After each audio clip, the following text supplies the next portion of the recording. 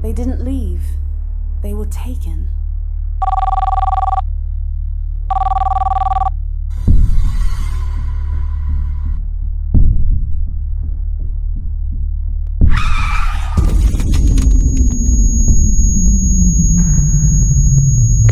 What's going on? Where's my son? wife was just standing here. 3 years ago, 2% of the world's population disappeared. Not a single trace, not a single clue.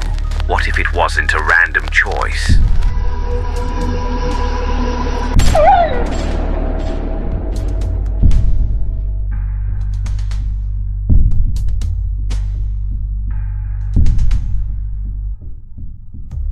They're not their dogs anymore.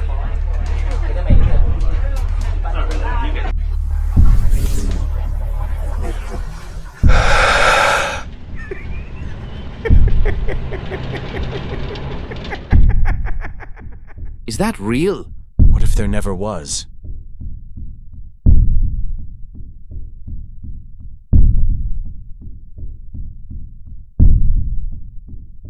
The hum of the laundromat's dryers filled the air as Claire adjusted her grip on the laundry basket, her newborn baby cradled in the crook of her other arm. The smell of detergent and warm fabric surrounded her as she stepped outside, balancing the basket against her hip while fumbling for her car keys. The sun hung low in the sky, casting long shadows across the near-empty parking lot. Claire opened the back door of her car and carefully strapped her baby into the car seat. She checked the buckles, tightening them slightly before stepping back with a satisfied nod. Her phone rang, vibrating in her pocket. "Hey, yeah. I'm on my way home now," she said, tucking the phone between her ear and shoulder as she shut the car door. "I just have to make a quick stop at the pharmacy. Yeah, he's fine, just sleeping." She turned back toward the driver's side, absently tossing the laundry basket onto the passenger seat. It was a second before she felt something was wrong. A chill crept up her spine. The back door was open. The car seat was empty. Claire's breath caught in her throat. Her hands shook as she yanked open the door, eyes darting across the seat, the floor, everywhere.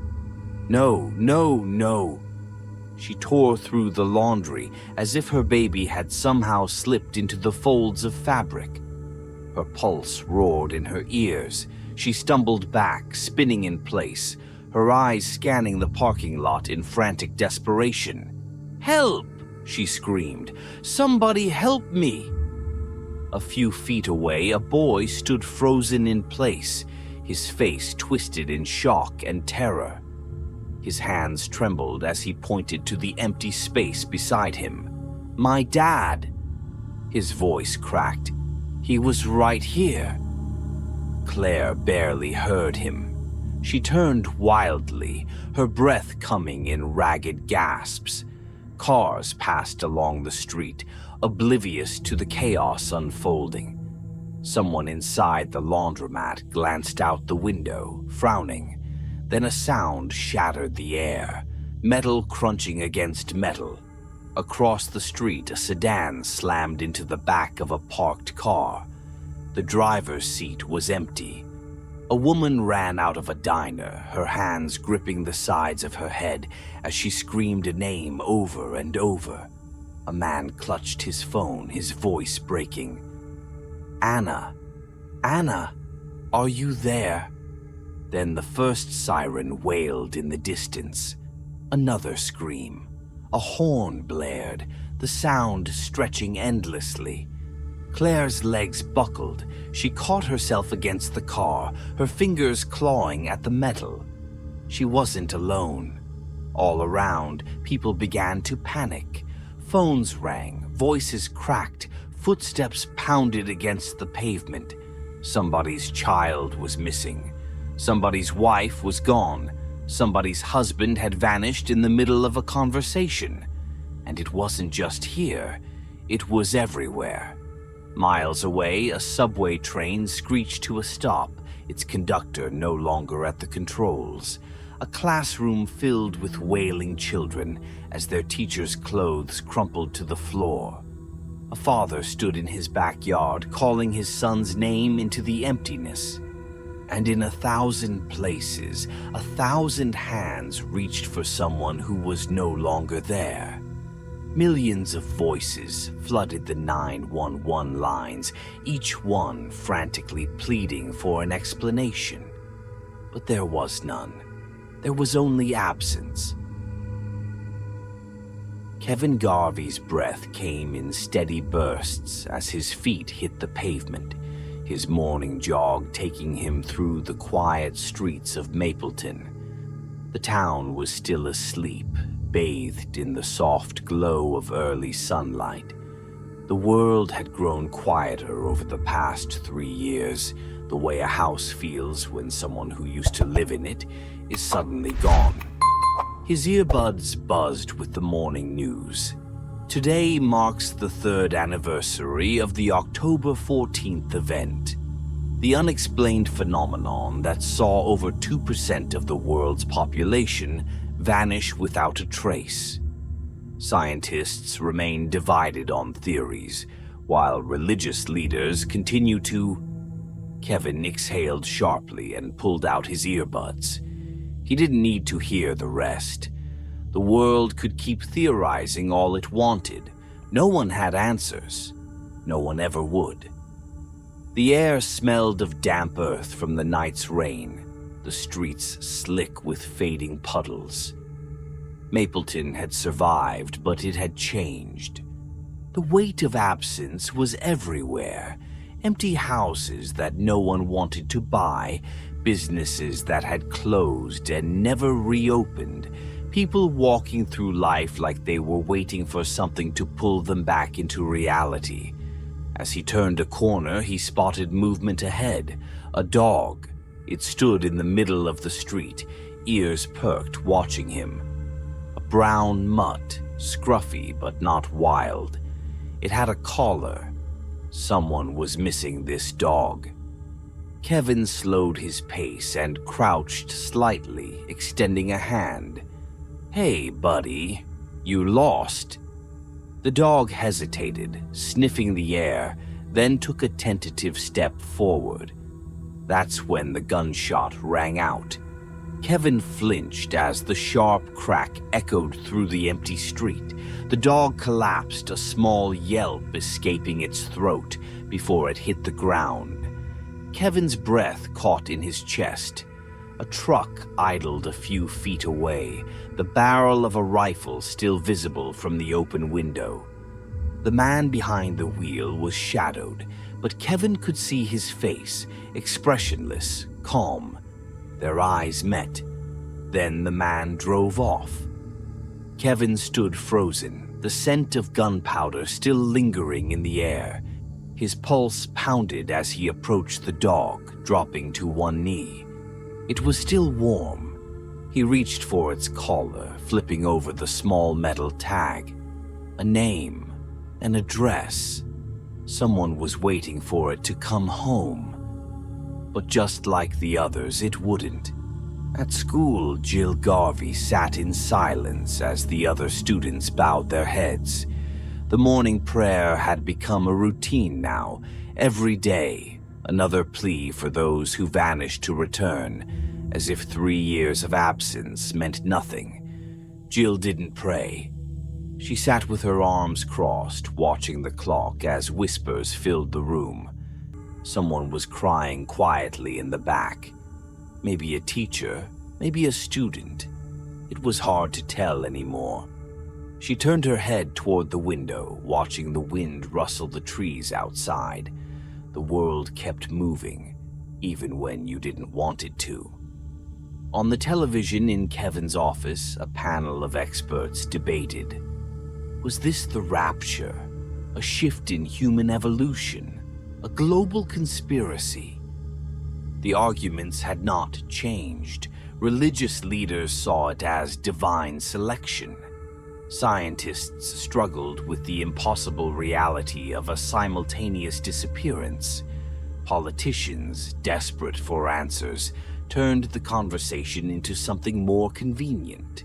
Grief management, crisis recovery, societal healing. None of it mattered. The people were gone, and the world was still pretending it could make sense of the void they left behind. Kevin turned off the TV. Miles away, in a car parked outside a rundown motel, a congressman adjusted his tie. His hands were shaking slightly, but he stilled them before turning to the young man beside him. Tom Garvey stared ahead, unmoving. "So," the congressman said, clearing his throat, "this Wayne guy, he's real?" Tom smirked faintly, reaching into the glove compartment and pulling out a black cloth. He tossed it into the congressman's lap. "You want to meet him?" Tom asked. "Put it on."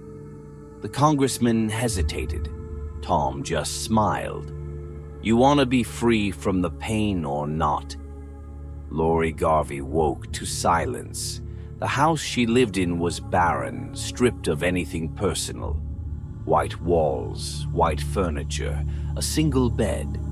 The people around her all wore the same thing. White clothing, cigarettes between their fingers, notebooks in their laps. The guilty remnant did not speak. They lived as a reminder of what had been lost, a reminder that those left behind had failed, a reminder that the world was wasting its breath, pretending to move forward. Lori reached for the sheet of paper on her nightstand, a list of names, a list of volunteers for Heroes Day, the upcoming memorial for those who had vanished. Her name wasn't on it. She clenched her jaw and stood, walking straight to Patty, the woman who led them. "Let me go." Patty studied the note, then met Lori's eyes. After a moment, she nodded.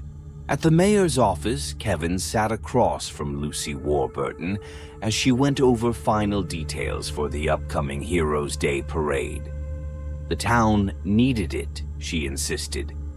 "People are ready to feel better," Lucy said. Kevin's hands curled into fists. "I'm not." He knew what was coming. The guilty remnant would show up. They always did. He could already see it. Those silent figures in white, standing in the crowd, their presence louder than any scream. And when it happened, people would break. Jill Garvey slammed her hockey stick into the ice, missing the puck completely. "Jill!" her coach snapped. She ignored her. Her mind was elsewhere, and anger pulsed beneath her skin, looking for an excuse to surface. "Stay after practice," the coach said. "We need to talk." Jill exhaled through her nose, gripping the stick tighter. She already knew what the coach was going to say. She was getting worse. At a party that night, Jill leaned against a wall, watching Amy make out with Nick. Jill felt nothing. Not jealousy, not anger, just empty exhaustion.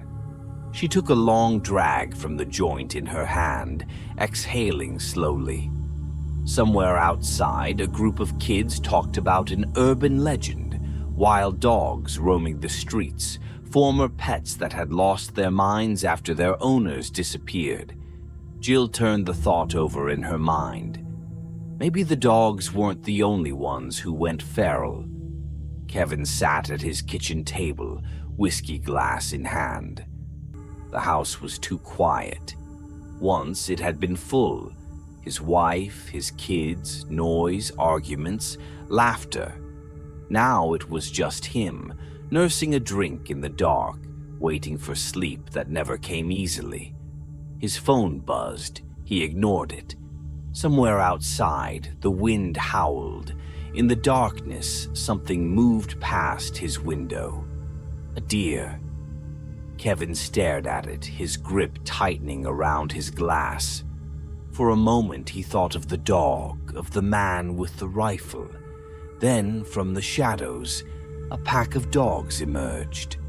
They didn't bark, they just stared at him. And suddenly, Kevin wasn't sure if he was awake at all.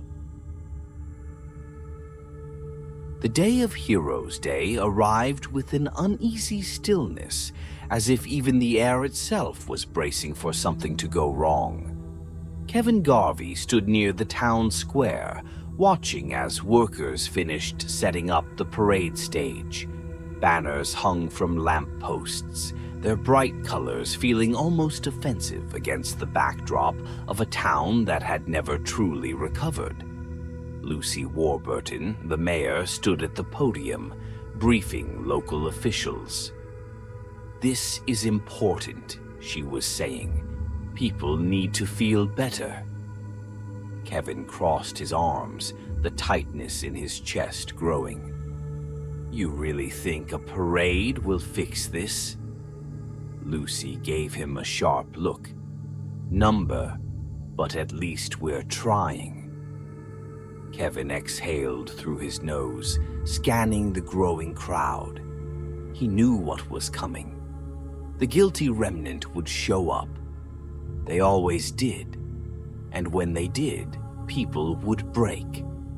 Jill Garvey barely paid attention as her history teacher led the morning prayer. Her classmates sat with their heads bowed, eyes closed, whispering desperate words to whatever force might still be listening. Jill stared out the window. There was nothing left to pray for. The disappearance had happened. The world had moved on.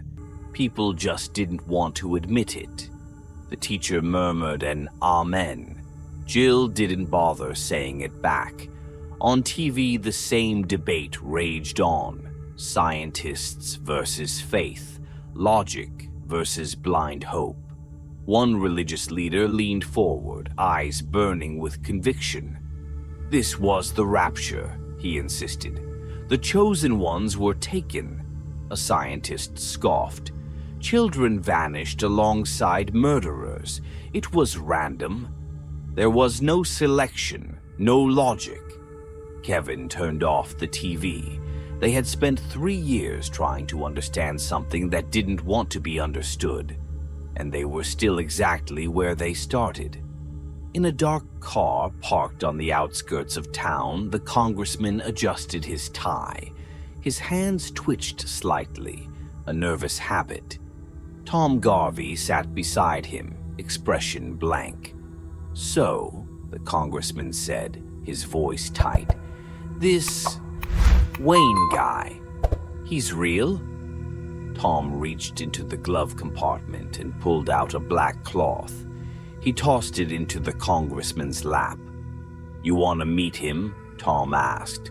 "Put it on." The congressman hesitated, staring at the blindfold. Tom smirked. "You want to be free from the pain or not?" At the guilty remnant compound, Lori Garvey sat in silence, cigarette smoke curling from her fingers. They lived simply. They wore white. They spoke through notes. They were reminders. Reminders of what had been lost. Reminders that the world had failed. A folded paper lay on the table in front of Patty, their leader. It was a list of volunteers for Heroes Day. Laurie's name wasn't on it. She scribbled on a notepad and slid it forward. "Let me go." Patty studied the note for a long moment before nodding. Laurie exhaled, pressing her cigarette to her lips. At school, Jill swung her hockey stick hard, missing the puck completely. Her coach's whistle cut through the air. "Jill," the coach snapped. She clenched her jaw, gripping the stick so tightly her knuckles turned white. "Stay after practice," the coach ordered. "We need to talk." Jill barely heard her. Everything had been slipping lately. Her temper, her patience. She knew it. She just didn't care. At the Heroes' Day parade, families clutched framed photos of their lost loved ones. There were speeches, prayers. Father Matt stood on the stage, voice carrying over the crowd. The disappearance was not the rapture, he declared.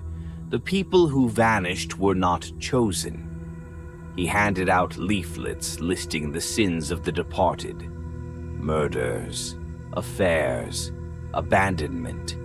Kevin watched, his stomach twisting. Then, the crowd shifted. The guilty remnant had arrived. They moved silently, dressed in white, cigarettes burning between their fingers. Not a word spoken, just presence. People stared, faces twisted in rage. One of the remnant members held up a sign, "Stop wasting your breath." The anger came fast, like a match against gasoline. People shoved, yelled, fists swung. Kevin and his officers moved in fast, shoving bodies apart, breaking up fights before they could get worse. He grabbed a woman's arm, Lori, his wife. She looked at him, her expression empty. "Lori," Kevin gasped, breathless. "Come home." She didn't speak. She didn't move. She just looked at him like he was a stranger. Patty appeared, stepping between them. Kevin clenched his fists. "Get out of my way." Patty didn't blink. Lori stepped back. Kevin felt something inside him break. That night, Kevin drank at a bar, drowning the day's failures in whiskey. Then he saw him, the man from the truck, the dog shooter. Kevin stood, his blood buzzing with alcohol and frustration. He marched across the bar. "You," he growled. The man smirked over his beer. Kevin clenched his fists. "Who the hell are you?" The man took a slow sip, unfazed. "Relax, Chief." Kevin's jaw tightened. "You shot a dog." The man leaned back, tilting his head. "Not their dogs anymore." Kevin slammed his glass down, his breath ragged. The man just smiled, finishing his drink. Then he stood, grabbed his keys, and walked out. Kevin wanted to follow him, wanted to demand answers. But deep down, he knew there were no answers.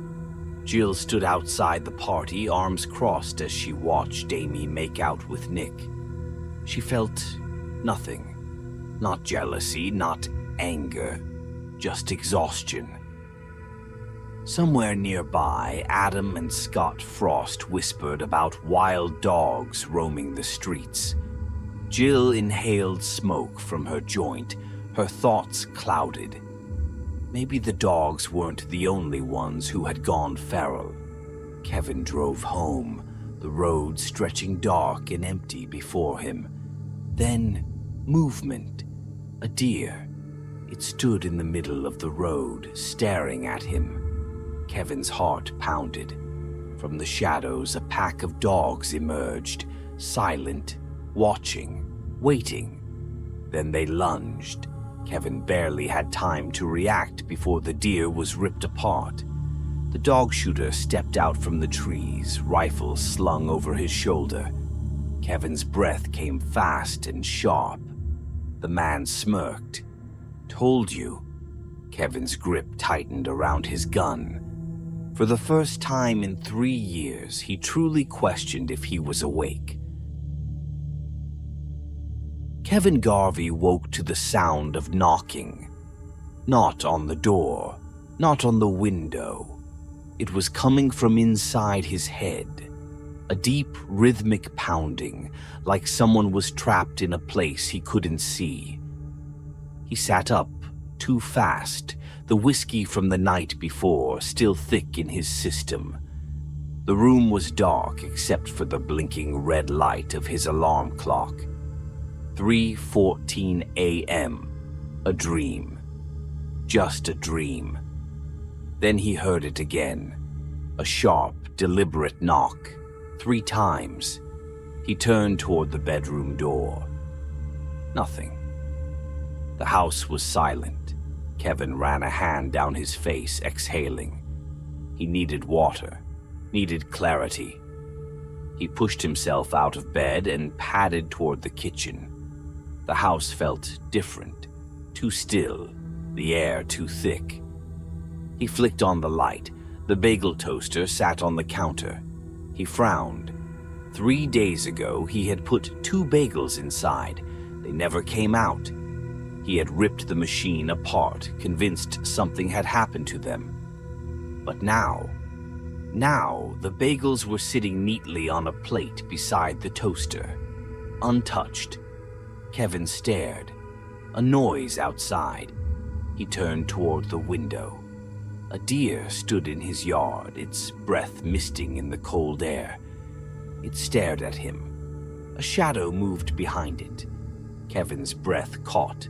The dog shooter stepped into view, standing next to the deer like he had been waiting. Kevin felt his pulse hammer against his ribs. He should call for backup. He should grab his gun. He should... The man smiled. Then the deer collapsed. The pack came out of the darkness, silent and swift, tearing into its body with unrelenting hunger. Blood soaked the grass. Kevin stumbled back from the window. His heart was slamming in his chest. His hands felt numb. This wasn't real. This wasn't real. But when he looked down at his feet, they were on fire. The flames curled up his legs, heat licking at his skin. But there was no pain, no smoke, no burning flesh. Kevin gasped, stumbling backward. And then he woke up. Amy stood beside his bed, shaking his arm. "Kevin, you need to get up." He blinked, the fire gone, the night before a blur. "Come on," Amy said, her voice unusually urgent. Kevin sat up, rubbing his temples. "What? The guy?" She hesitated. "The one with the gun. He's outside." Kevin's stomach dropped. He moved fast, grabbing his jeans, his gun, his badge. He barely registered Amy trailing after him as he yanked open the front door. The man was standing in the street, a rifle slung over his shoulder, his truck parked nearby. Kevin stepped forward, every nerve in his body tensed. "You," Kevin said, voice rough. The man tilted his head. "Me." Kevin's fingers twitched toward his holster. "Who the hell are you?" The man's lips curled at the edges. "Just a guy trying to clean up the mess." Kevin clenched his teeth. "By shooting dogs? They're not their dogs anymore." Kevin swallowed down his frustration. "You broke into my house." The man smiled. "Did I?" The words lodged in Kevin's throat because he wasn't sure anymore. Something had shifted in him. A crack had formed, subtle but growing. He didn't know if he was seeing the world as it was, or if it was seeing him. The man nodded toward the truck. "Come with me." Kevin narrowed his eyes. "Why the hell would I do that?" The man shrugged. "Because you're asking all the wrong questions." Kevin's stomach twisted. The man turned and walked toward his truck.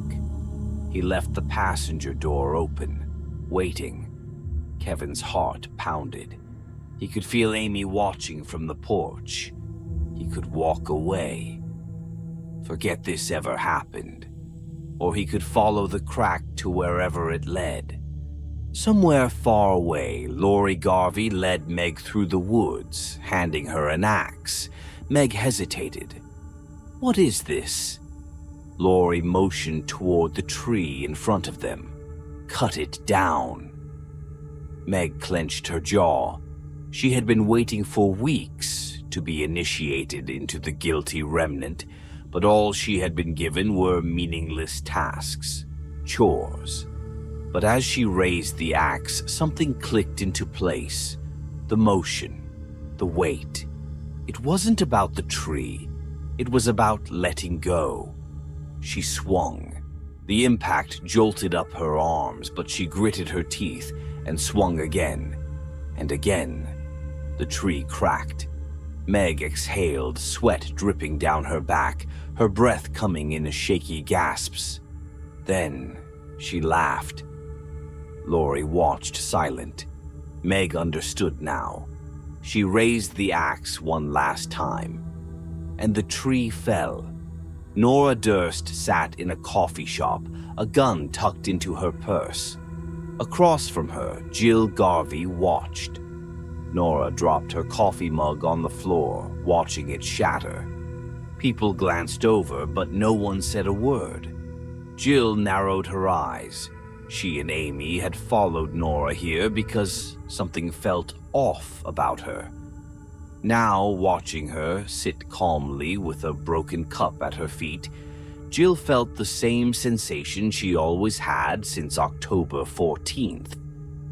The world had cracked, and nobody was brave enough to admit it.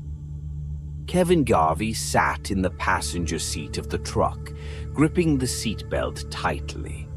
The man beside him drove in silence, his gaze fixed on the road ahead. Kevin finally spoke. "Where are we going?" The man smirked. "To the end of the world, Chief." Kevin swallowed. "And what happens when we get there?"